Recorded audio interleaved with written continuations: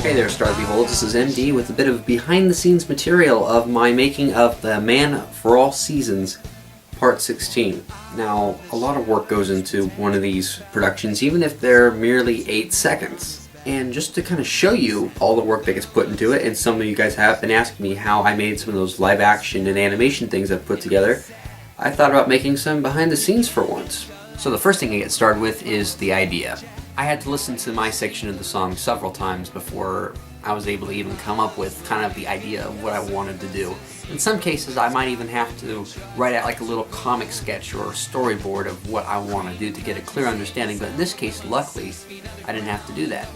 And then the next thing is a shooting location. And this time I thought, I'm not going to go too far this time, I'm just going to go in my backyard. I got some pretty ideal spots that I think might do well. And lastly, for the first part of it, is a date.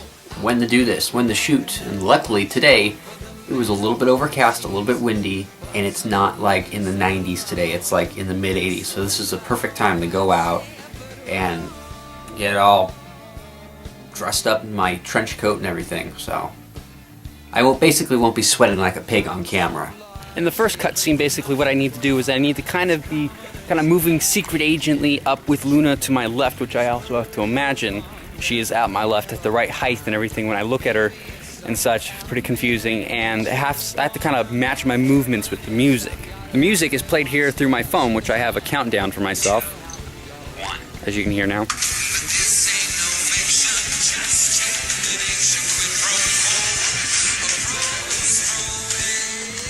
Now, when it came to wardrobe, I had a couple of different options, but my first main option, which was kind of a tuxedo for the secret agent theme, I didn't really have that, and I neither had really the finance to go and rent one. So actually what I went for was more of this Matrix looking, I think his name's Leo, type of attire with the trench coat, the glasses.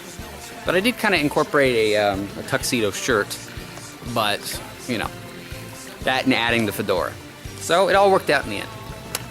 So, in other words, let's get this show on the road.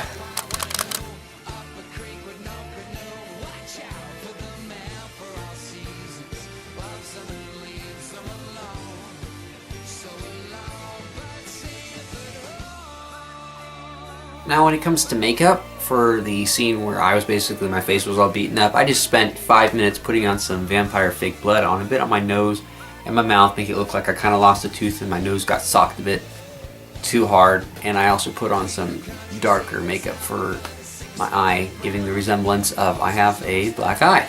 Pretty simple enough. Okay, and for cutscene 2, Luna comes up and smacks me with her wing and kind of messes up my face.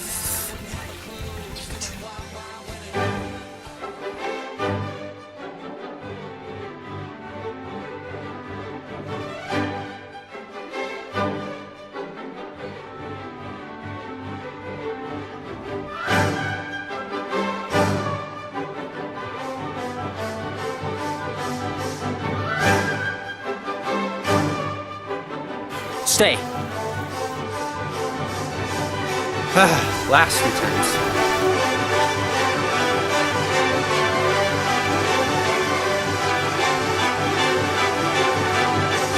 Okay, this is the last cutscene. And I don't know if you can hear me that well. But I got my prop, shotgun, and I am also playing the bad guy. It is hard to breathe in this. It's 85 degrees out. It sucks.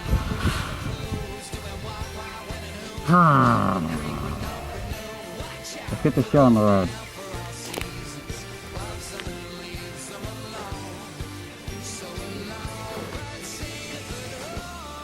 Look how short that was.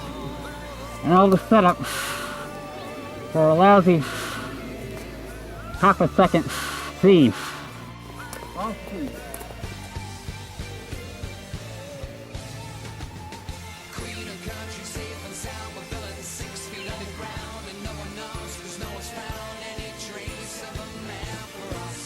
Okay, and now what we do now in the animation department is we'll import our edited scene, which we just got done filming outside, and will then stick in Luna to then be animated and partake in my actions as well. And this is one of the most trickiest parts of the process, is getting a animated character to basically realistically react as a live action character. So yeah. So long, but sad, but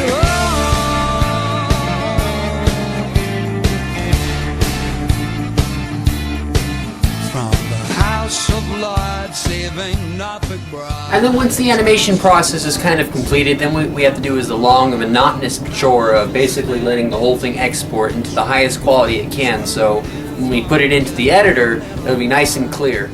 Then, next on my agenda, last but not least, I took a few pictures of myself before I got undressed. And what I was planning to do with these pictures, I wanted to make a little clip at the end, a little snapshot of basically me and Luna and the villain taking a mugshot.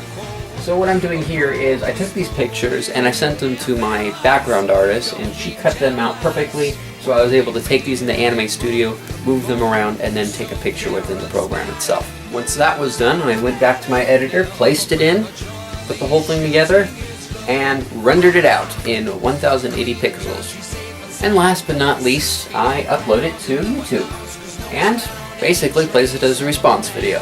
And there it is, about 10 plus hours later. The MAP 8 Seconds Man of All Seasons Part 16 is finally done, and now I can move on to the next project.